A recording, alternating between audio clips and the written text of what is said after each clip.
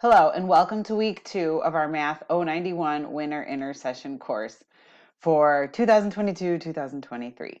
And also, Merry Christmas. Today is December 25th, and it is the beginning of week 2 of our course. So I thought for the occasion, I'd wear my ugly Christmas sweater. But I do want to take this opportunity not only to wish you a Merry Christmas, but also to make sure you're aware of everything that's coming up this week so you can plan your time accordingly. So not only are you going to be scheduling probably some activities and festivities with friends and family, but also make time to complete your assignments so that in just 4 short weeks, you have completed Math 091 and you will feel successful and ready to take the next step in the spring. So let's go ahead and talk about what's coming up this week. So what I want to do is go to our Canvas course and show you what is coming up this week. So if you are in our week 2 overview page, you can see we have units 4 through 8 are going to be due this week. So they are spread out throughout the week at different due dates. Here is a screenshot of the course schedule. But most importantly, what I want to talk about is exam 1. So exam 1 is going to be due this week by Tuesday night at 11:59 p.m.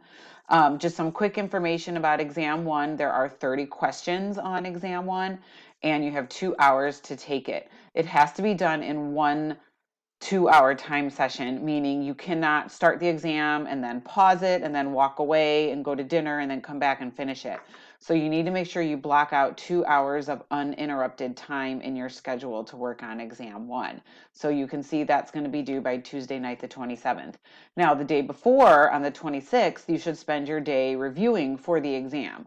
So there is a review assignment in the MORE system that covers units 1, 2, 3, and 4, because exam 1 covers units 1, 2, 3, and 4. So you can do the practice assignment as many times as you need to feel confident for the upcoming exam. And when you're working on the review assignment, you can use that Message My Instructor link to reach out to me if you have any questions. I usually check those messages about once or twice a day, so I can get back to you as soon as I read your message. If you need some hints or if you have a question on a certain problem, I can get you started in the right direction. Another thing about exam 1 is that you want to make sure that you are comfortable now using Respondus Lockdown Browser. So you did use it during the practice exam, and also make sure that you're comfortable showing your work on a separate sheet of paper and then uploading your work when you're finished. I did post an announcement last week, so hopefully you've seen that announcement. It had a student sample of work of one of your classmates. I took a screenshot of Michael's work to show exactly what it means to show your work. So you'll notice that he numbered each problem and he showed all of his steps so that anybody looking at his work could follow his thought process from the beginning to the end. And anybody who might have needed help with one of those problems could also use his work as a guideline to follow. So somebody else should be able to look at your work and understand exactly how you got to your answer in a step-by-step manner. So you want to make sure for all 30 questions on the exam that you're showing your work and uploading it, just as Michael did here. And then you also want to make sure you have correct camera placement.